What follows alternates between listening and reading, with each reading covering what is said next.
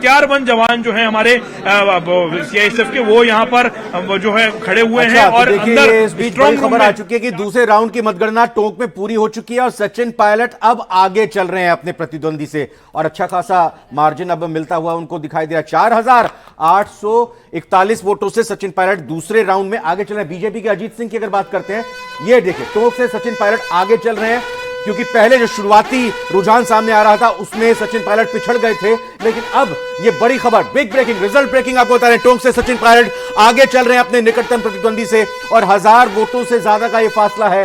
दूसरे राउंड की मतगणना यहां पर पूरी हो चुकी है। राकेश गोयल जी का रुख करेंगे। राकेश जी, अब एक बार फिर से सचिन पायलट आगे हो गए।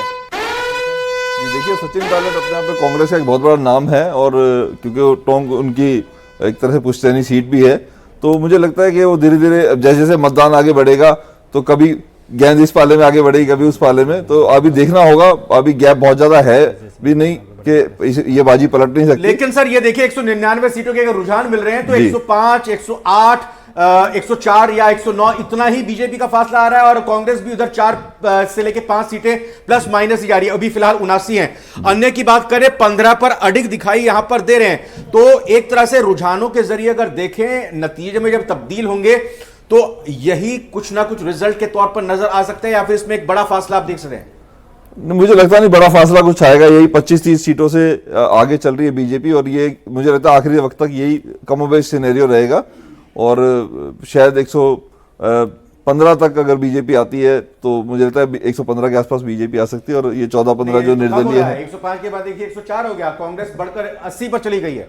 अभी तो बहुत सारे खुलने हैं, अभी तो दूसरा तीसरा राउंड है, कुछ कहीं कहीं जगह तो 20 हम बात करें, अगर अन्य की बात करते हैं 15 जिसमें अभी बढ़त बनाए हुए रुझानों में, इनमें दूसरे राजनीतिक दल भी हैं, निर्दलीय भी हैं। कामा से मुख्तार अहमद आगे चल रहे हैं, बयाना से रितु बानावत 2198 वोटों से आगे चल रही हैं।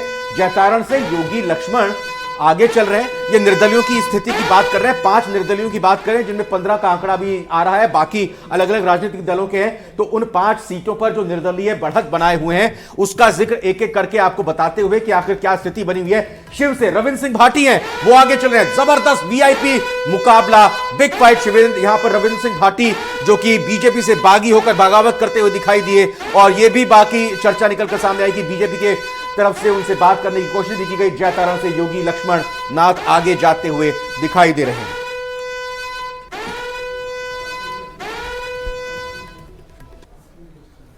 तो इस बीच 15 वो सीटें जिस पर अन्य के प्रत्याशी आगे चल रहे हैं, इन 15 में से 5 पर निर्दलीय के प्रत्याशी, और दूसरी तरफ बाकी 10 जो है उसमें अलग अलग राजनीतिक दल है। आरएलपी का फैक्टर बड़ा बताया जा रहा था। कहा जा रहा था कि जहां पर भी हनुमान बेनीवाल निकल रहे हैं, भव्य स्वागत उनका जेसीबी से हो रहा है, फूलों की बरसात हो रही है, युवा उनके साथ नजर आ रहे हैं। लेकिन कुछ देर पहले तक जब बात की थी तो एक ही सीट पर वहां पर नजर आ रहे थी आरएलपी बढ़त बनाती हुई। इससे बेहतर तो बीएपी जो कि 4 सीटों पर बढ़त बनाए हुए दिखाई दे रही है। हेमंत हमारे सहयोगी एक बार फिर से आगाज करने के बाद अब फिर बीच में जुड़ चुके हैं।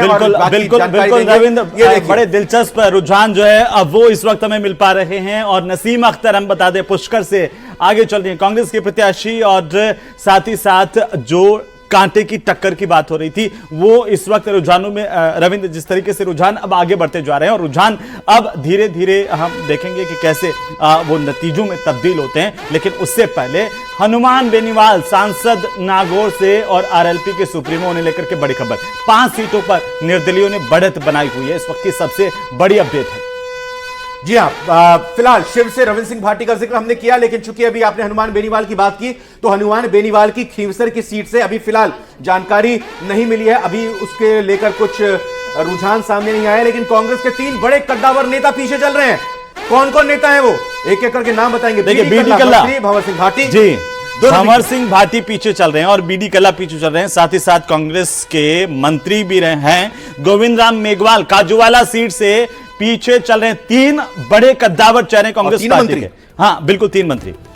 तो बीकानेर से ये इस वक्त की बड़ी खबर आपको बता रहे हैं, जहां पर कांग्रेस के 3 बड़े कद्दावर नेता पीछे पिछली बार जीत कर आए, लेकिन इस बार की अगर बात करें और बीकानेर के तीनों ही एक तरह से कहें कि विधायक बने, मंत्री बने, बीडी कल्ला, भंवर सिंह भाटी और गोविंद राम मेघवाल। एक बड़ा सेटबैक बीकानेर जिले से कांग्रेस को इन रुझानों के जरिए हेमंत मिलते हुए दिखाई दे रहा है। और बिल्कुल ये कांग्रेस के लिए चिंताजनक हो सकते हैं। सबसे बड़ी खबर और सबसे बड़ी अपडेट, क्योंकि बीकानेर जहां पर यह माना जा रहा था कि खाजूवाला में कम से कम गोविंद राम मेघवाल का दबदबा माना जाता रहा था, आंदोलनों से निकले हुए नेता हैं। बीडी कल्ला जो शिक्षा मंत्री के तौर पर लगातार, भंवर सिंह भाटी ऊर्जा मंत्री के तौर पर भी जो है वो उन्होंने अच्छा काम किया, इस तरह की बात थी, लेकिन उसका असर यहां पर नहीं दिख रहा। अर्जुन राम मेघवाल चूंकि बीकानेर से सांसद, उनका भी असर देखने को मिल सकता है। बड़ी जिम्मेदारी बीजेपी की तरफ से एक बड़े चेहरे के तौर पर उनको सामने रखा गया था, लेकिन सीधा रिजल्ट हक का रुख करेंगे। श्रुति हमारी सहयोगी कुछ बड़ी खबरों के साथ मौजूद है, सीटों का और वीआईपी उम्मीदवारों का हाल बताने के लिए। जी श्रुति बताइए। जी, आपको बता दें कि जयपुर के जोटवाड़ा विधानसभा में अगर बात करें तो छठे राउंड की मतगणना फिलहाल चल रही है, जिसमें छठे राउंड में सबसे बड़ी बात है कि राजवर्धन सिंह राठौड़ पीछे चल रहे हैं और कांग्रेस से अभिषेक चौधरी वो उनको लीड करते हुए नजर आ रहे हैं। 9,330 मतों से आगे दिखाई पड़ रहे हैं। रविंद्र जी, बिल्कुल जो श्रुति बता रही हैं कि जिस तरीके से, और इस वक्त की सबसे बड़ी खबर हम अपडेट भी बता रहे हैं कि बीडी कल्ला, भंवर सिंह भाटी पीछे चल रहे हैं और बाकी की तमाम सीटों पर लगातार नजर बनाए हुए हैं रविंद्र। लेकिन जिस तरीके के रुझान मिल रहे हैं वो कांग्रेस के लिए इस वक्त सही नहीं कहे जा सकते। गोयल साहब, एक टिप्पणी इन रुझानों को लेकर के, जो मौजूदा 3 बड़े चेहरे कांग्रेस पार्टी, क्या कहेंगे आप? देखिए, शॉकिंग तो है, शायद इतने बड़े नेताओं को इस तरीके का रुझान देखने की आदत भी नहीं होगी, पर जनता का जो निर्णय है वही सर्वत्र होता है, वही सर माथे पे होता है।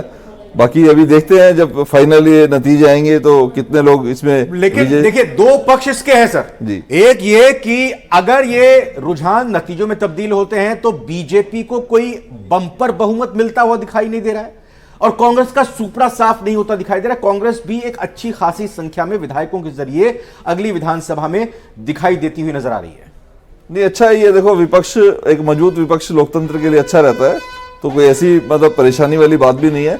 दूसरा, अशोक गहलोत जी की तारीफ भी मैं इस बारे में करूंगा, उन्होंने बहुत अच्छा मतलब इलेक्शन को लड़ा और यहां तक पहुंचा दिया। अदरवाइज शायद राजस्थान में जब भी उलटफेर होता है तो गहलोत ने इलेक्शन लड़ा, आपने कहा अशोक गहलोत जी अगर कांग्रेस लड़ती तो और बेहतर हो सकता था।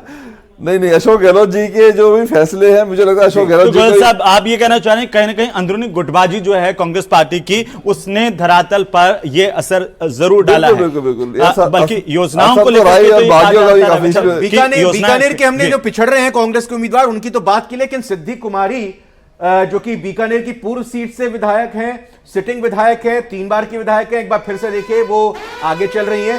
सिद्धि कुमारी बढ़त बनाए हुए बीकानेर पूर्व सीट से, और बीकानेर जिले में बीजेपी एक अच्छी खासी बढ़त बनाए हुए इन रुझानों में दिखाई दे रही है। हेमंत, बिल्कुल, सिद्धि कुमारी पूर्व राज परिवार की सदस्य भी हैं और लगातार यहां से जीतती रही। एक बार फिर से बीकानेर पूर्व से उनकी जो जीत की तरफ आगे बढ़ती हुई नजर आ रही है। ये